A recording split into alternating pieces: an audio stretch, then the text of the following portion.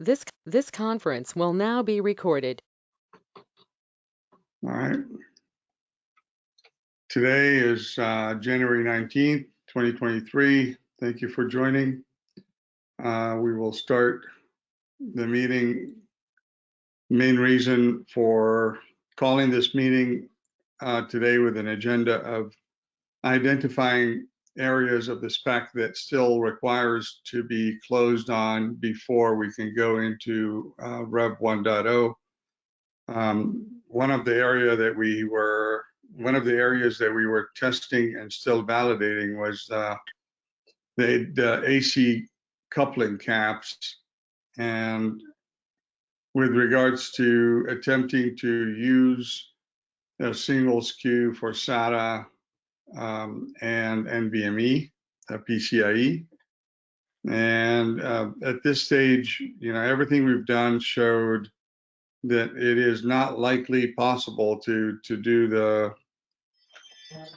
PCIe transceiver connectivity and link training with a sub 12 nanofarad capacitance in line with the receiver. So, we are at a stage right now that I think the SI team has given up on this and feel like there's no way we're going to be able to change the SATA spec at this point.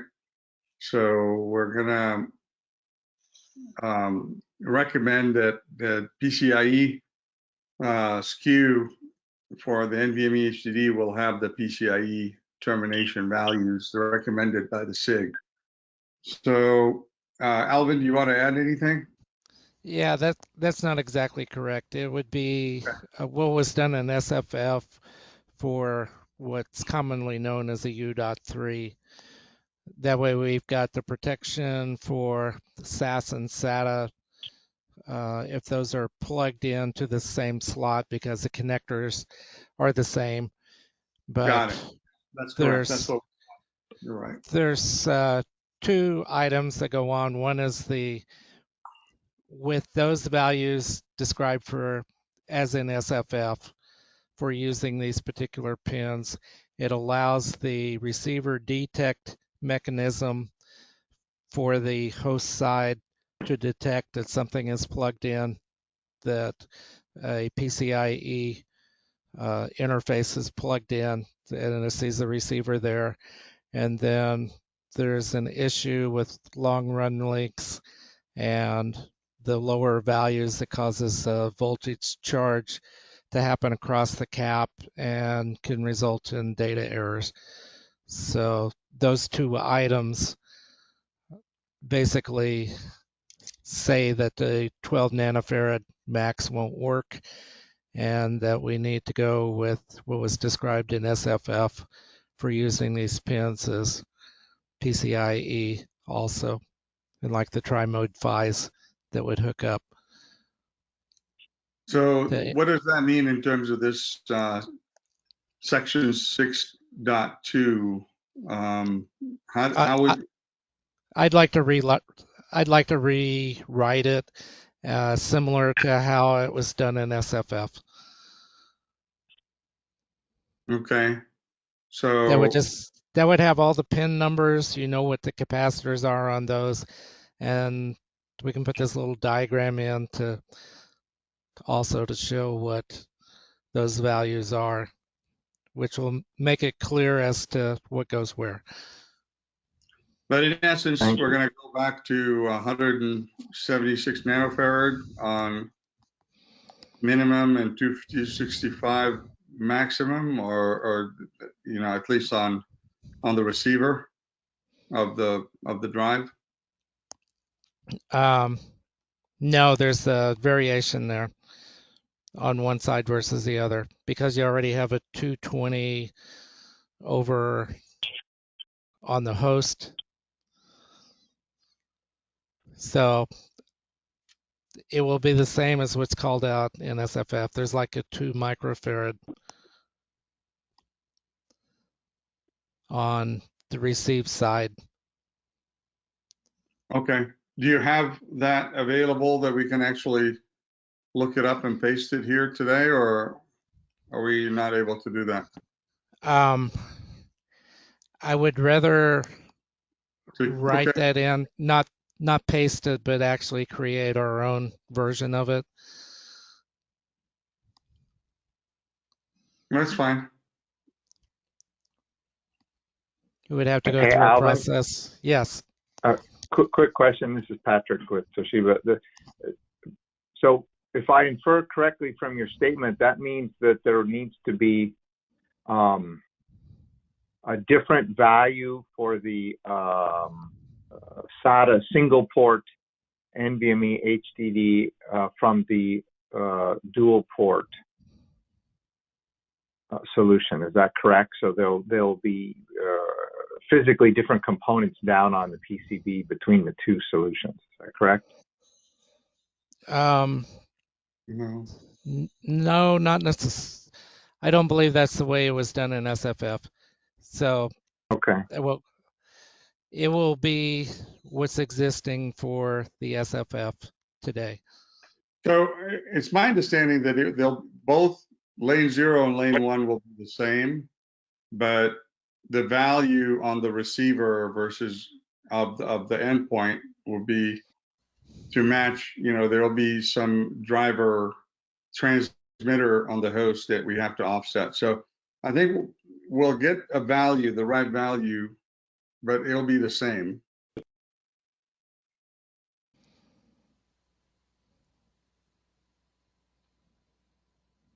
But the key thing is they'll be different than the SATA SKU, which is, I guess we're coming to the conclusion that we have to.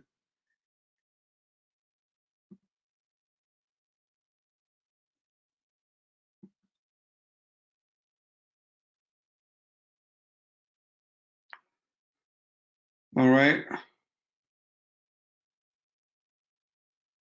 Well, Alvin, in U.3, you don't have this issue of different SKUs, right? Well, the board itself will have different components installed.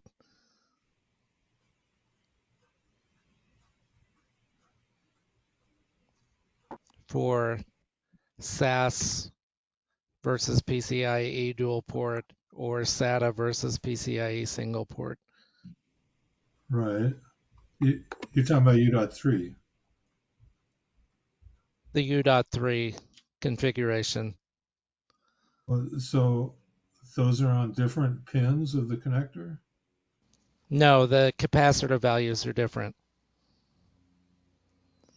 Right. The capacitor values are different, but is the SATA, you don't have different pins for SATA versus PCIe on U.3, do you? No. So the transceivers look the same. The receiver is on the same location as the receiver on the drive, and the transmitter on the drive is in the same place. The host PCIe transmitter is on the same side as it normally was. Everything's normal. The transceiver configurations have always been identical, except PCIe was on different pins, but on U.3, those locations matched up. Yeah, I guess I'm trying to understand that.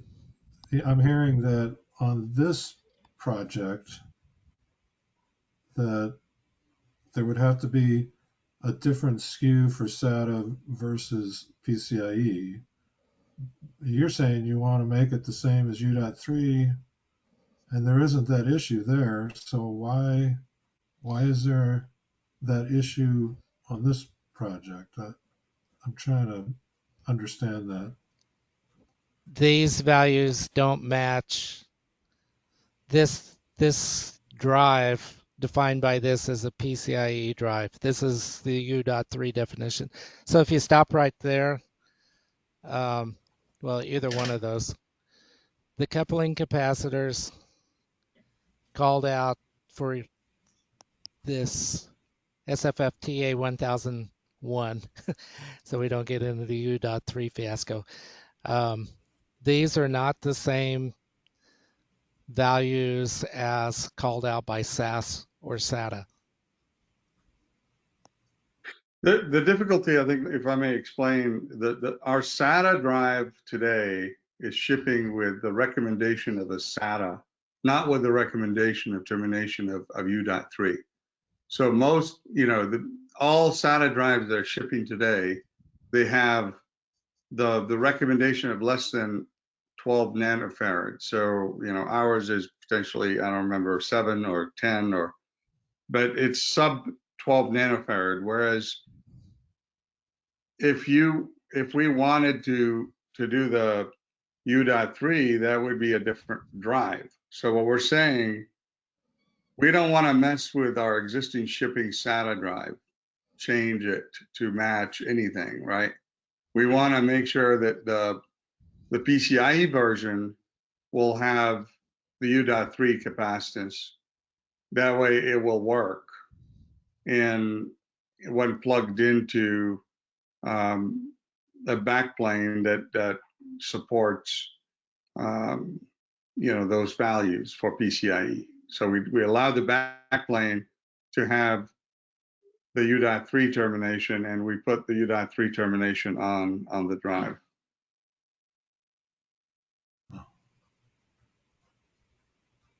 It will be a unique PCBA for PCIe, unfortunately, because otherwise we have to rock the boat on the already shipping SAS and SATA drives, which we don't want to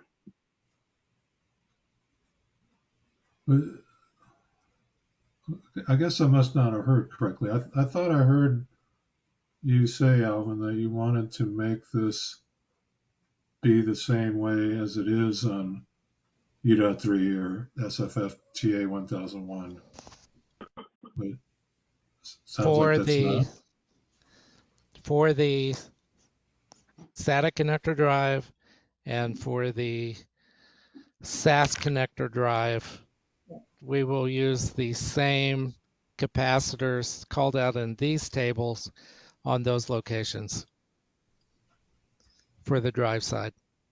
And also the host configuration, which is the table above the one in the top. It has the 220 nanofarads for both transmit and receive. We will copy that as well.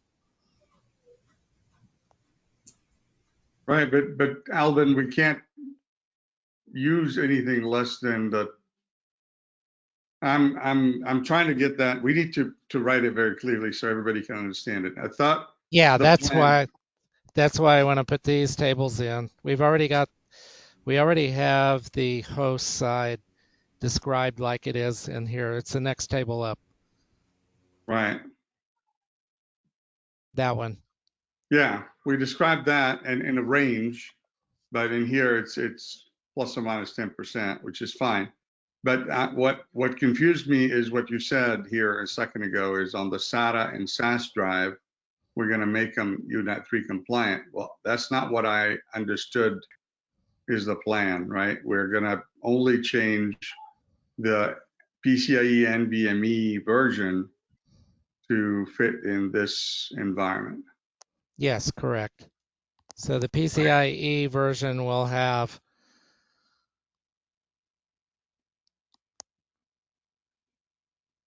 We will have the S1 through S6, the first 4 entries in this table for the SATA connector, and then down through S13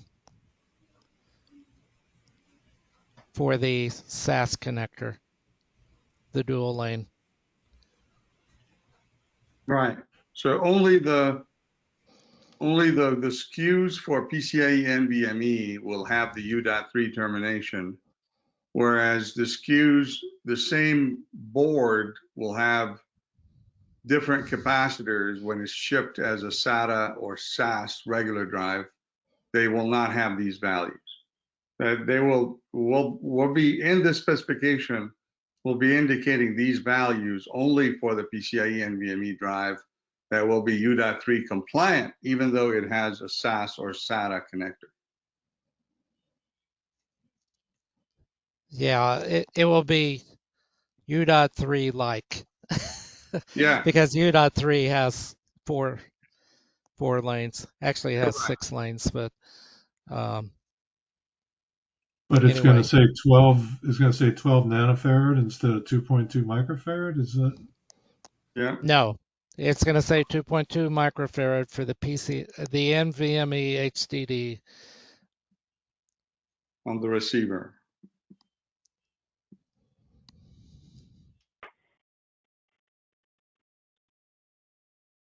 The NVMe HDD will have the 2.2 microfarad on the receiver end, and will have nothing on the transmitter side of the drive.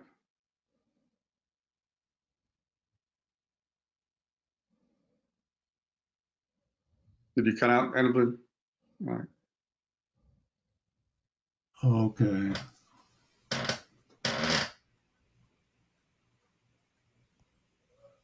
So the So, SATA drive will have a so 12 essentially, nanofarad. okay. So if I think I'm hearing you say that the SATA drive is not going to be part of this project anymore.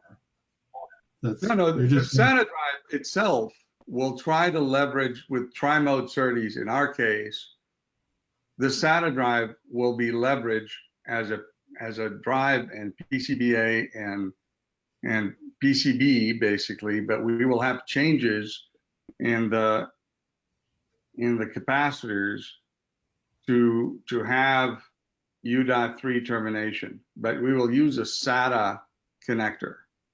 So the Let me bottom try line, to state this a different way. We'll have 2 different drives. There will be a SATA drive like it is today, and there will be an NVMe drive, which basically looks like the SATA drive, except it has different components in these capacitor locations, and it will be a PCIe drive instead of a SATA drive. right, but So it's when it comes to specifying things, you're not going to be talking about SATA drives at all now, right? It's just no, going to be it's a unique drive. yeah, it's a unique SKU at this point. Yeah, we're right, only borrowing the connector in the spec, right? We're borrowing in the current spec. We're borrowing the connector pinout and okay, of a SATA drive, but we're changing the termination in order to satisfy PCIe requirements for link training, which did not do well with the existing SATA SKU termination. and so whereas previously the hope was that you'd have one drive that would have one SKU, and if you wanted it to run in NVMe, or if you wanted it to run in SATA, it could do that, and you would make the switch in firmware, or Correct. We would load different firmware to get it right, to run to be a SATA. So out of our factory, we would load firmware for PCIe and then test okay, it, or SATA and then test it. In this case, we will have to have at one stage in the factory, some number of drives will have to be loaded with those terminations okay, and the firmware. So it's another step. Now, from a puristic perspective, when you're talking specification, really nothing changed other than the fact that we're asking for different values. yeah, okay. I think I understand now. Thanks for explaining that. Yeah, for someone who's not implementing tri-mode SerDes or anything, it really, never really can leverage their SATA SKU. They would have had to have a special SerDes and special PHY and special termination for PCI, even if they're using the SATA connector. And this is where we're ending up here as well, unfortunately, because of this, the fact that U.3 really did not accommodate certain aspects of SATA.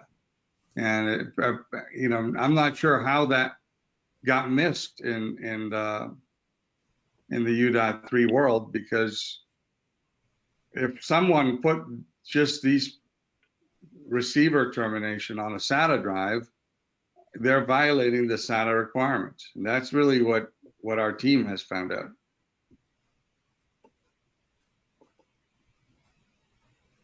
Well, this is actually a 4-lane that picks up the SAS and SATA configuration.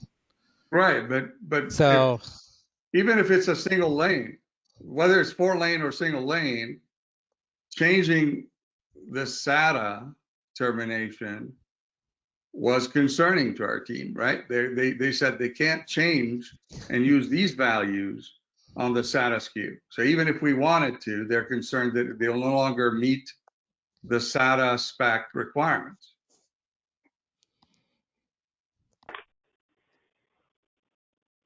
Isn't that what we're here, Alvin? well, this spec came from the host side, and so they're the ones with only 4 PHYs, and they picked it up to their advantage, and the burden's on the drive guy. Yeah, but I don't see how this works, though. It does. They just have to put the extra caps in, and then I can run either SAS or SATA or a 4-lane PCIe. If they decide to hook up all those 4 lanes, they can do that with only four transceivers on their side. But to make it work from the SSD side, the easiest way to do this with SI considerations was to do 6 PHYs and switch within the ASIC. So the cost burden got put on the drive to make this work, and that continues.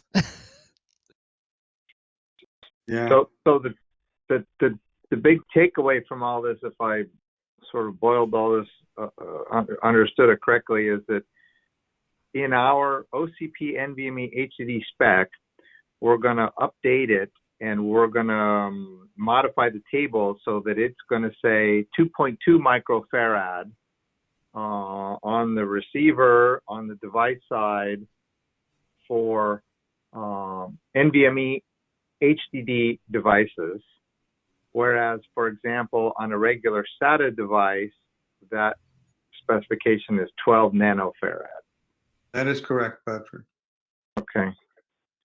So our action then is to roll the document forward with an updated table, which Alvin will supply after he works up his table. Yeah, he will replace this table with a table similar to what we just looked at here. Yeah. And he will indicate the host, how the host coupling needs to be, and how the device needs to be on lane 0 and lane 1. And we will put the table, you know, not like this, but we will try to make our own table describing that. And that's it. We don't have to confuse the world with the rest of our explanation of what our intention was, etc. We will just right. We will just describe the host, describe the device for, you know, the dual port, as well as the dual lane, as well as a single lane, and we'll put the values there.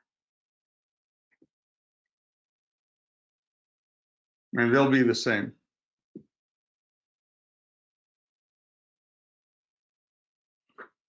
All right, so this is an area that we need to modify as soon as possible and put in there. We were able to get at least, you know, when we moved to this termination, we were able to get a drive running. Now we're just tuning the PHY and after giving up on this, it took us, unfortunately, a couple months to get all those tasks scheduled within the team, etc. Is there any other area in the spec that were noted to be changing or needed updates or further clarification? And that question, if I remember Dave Landsman, if he was here, he would be able to answer, because we did get a lot of questions from, when we did the contribution. Shane, do you remember anything in specific that we went through that requires changes? I think we were able to respond to all of them, right? Yep, I believe so. I think this is really the only outstanding change. Okay. So we asked that we do a final review, and I'll you and I should get together with Dave Landsman also and check with him. But I think the essence of this is, Larry and Patrick, I think we're going to run it by everybody before we add it, but we're going to kind of put a table, and I'll work with Alvin on that.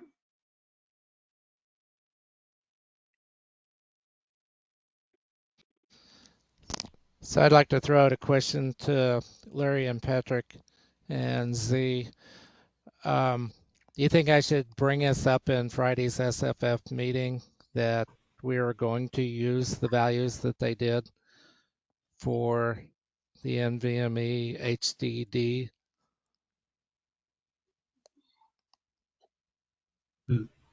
Are you concerned or?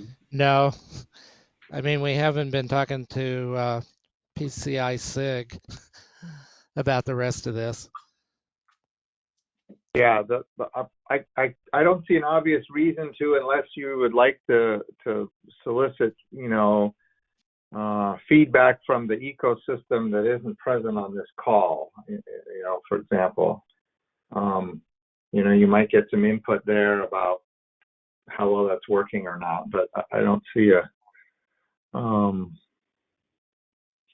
a huge motivating factor. I mean, one thing that you could point out in that same breath is how 8639 SFF 8639 doesn't reference SFF TA 1001 and vice versa, and they're linked internally inside the document. But there's no way, if you don't know the secret incantation, you don't know that ahead of time, and it doesn't come up in the search, right? That to me is a more obvious thing, right? Because I started looking for the document that you pulled up, starting with SFF 8639, but it's strictly connector, not the internals. Right. Yeah. Yeah, I was lucky. But yet they don't cross-reference each other. It's sort of my point. Okay. Yeah, I was lucky to find it. All right, so we'll do that. And hopefully after we get that done, the next step is for us to make EDU 2.0 available for testing and validation by our customer. And at that point, the idea is we plan to prove that this can work at Gen 3 at least, and publish some eye diagrams and capabilities. I think that's scheduled in our internal schedule for end of March right now. And the reason, we kind of, our VP put a hold on it with regards to that non-compliant aspect that we were still using 8639 connector on the first step to validate clockless and all that. And all that got validated with SRIS compliant host. So at this point, it's just a matter of publishing all that data along with the EDU availability. So, stay tuned. I think we'll have a couple more meetings here to close on vetting any issues before doing a Rev 1.0 contribution. And from there on, it becomes, we'll meet as necessary to, add or make improvements as we go in through the test phases of that drive. Is your plan, Mohammed, to wait on the 1.0 release until you get the customer feedback, or are you thinking you'll go 1.0 before that, after inclusion of you started today with a list of things needed to complete 1.0, and I only have one thing on the list, which is the coupling capacitor issue, which it seems like we've kind of got to the bottom of. Right. So if we have empirical proof that, at least we got preliminary testing done and all the stuff done, there's no reason for us to hold it. And then at that point, we would contribute 1.0, and then we would release the drive and get it through testing with the CSPs who are planning to use it. And as events and issues come up that require us to make modifications, we could continue to get together and modify. Like I said, we can come into the meeting and we'll publish eye diagrams, we'll publish data to support the spec, and there'll be addendums in our portfolio of documents, but they won't make it into the spec until it's decided that this is the final version.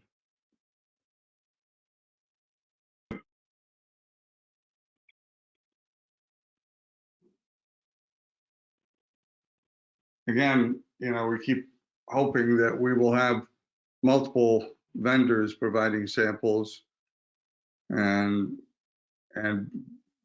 other systems designs that would have backplanes that we can start testing in those systems. And right now we have a 2U12 box and the drives. So it will be incremental work from there, but I think we would have accomplished what we need to do for a starting point, kickstarting with a validated outcome.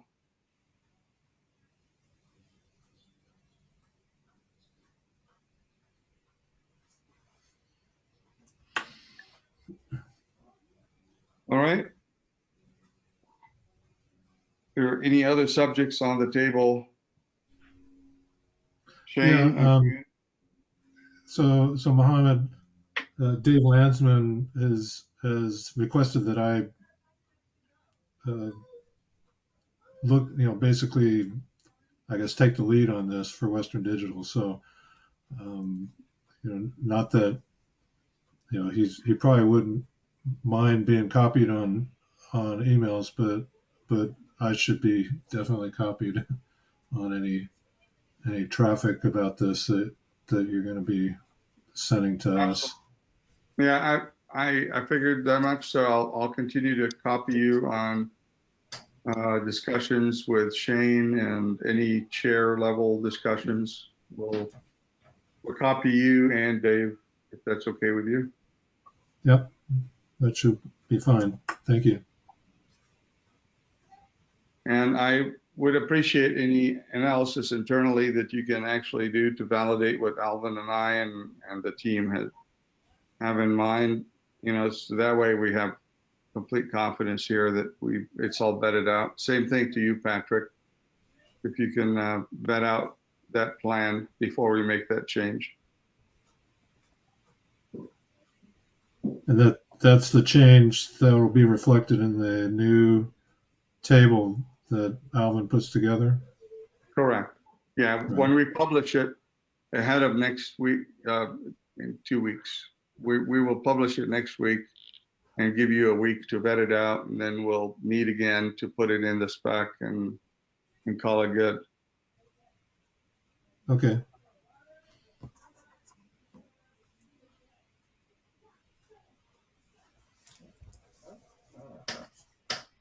Well, I hate to hold you unnecessarily, so if that's all we have on the agenda, I call for us to adjourn.